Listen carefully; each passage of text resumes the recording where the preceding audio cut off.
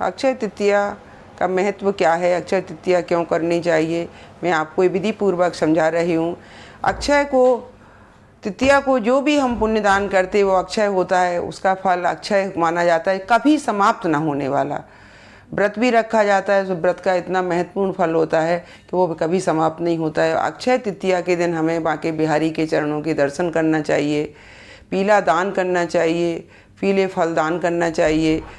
अक्षय तृतीया के दिन चरणों के दर्शन करने से बांके बिहारी के बहुत पुण्य मिलता है। और जो वृंदावन नहीं जा सकते हैं, बांके बिहारी के दर्शन नहीं कर सकते हैं, वो अपने घर में छोटे से गोपाल जी के चरणों के दर्शन करके उन पुण्य प्राप्त कर सकते हैं।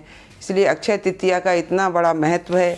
आप सभी को मैं बताती हूँ, एक अत्यंत प्राचीन काल की बात है कि महोदय नाम का एक वैश्य कुशाबी नगरी में निवास करता था। सौभाग्यवश महोदय वैश्य का एक पंडित द्वारा अक्षय तृतीया के व्रत का विवरण प्राप्त हुआ।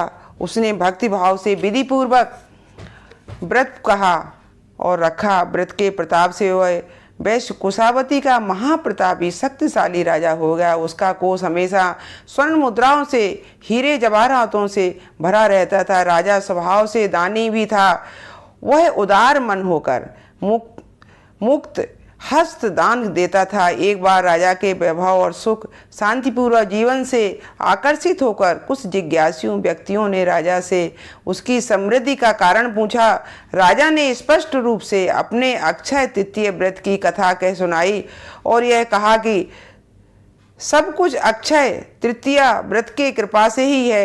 राजा से यह वचन सुनकर जिज्ञासु पुरुषों और राजाओं को प्रजा के नियम और विधान सहित अक्षय तृतीया का व्रत करना प्रारंभ कर दिया। अक्षय तृतीया व्रत के पुण्य प्रताप से सभी नगर निवासी धन धान्य से पूर्ण होकर सौभाग्यशाली और सुखी रह गए।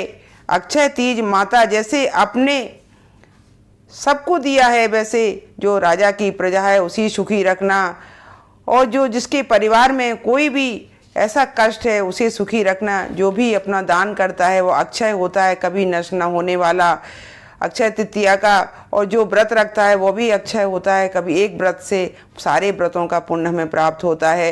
इसलिए हमें अक्षय तृतीया का व्रत बहुत करना चाहिए। सभी मनुष्य को प्रेरित करना चाहिए एक दूसरों को कि हम ये व्रत को करें।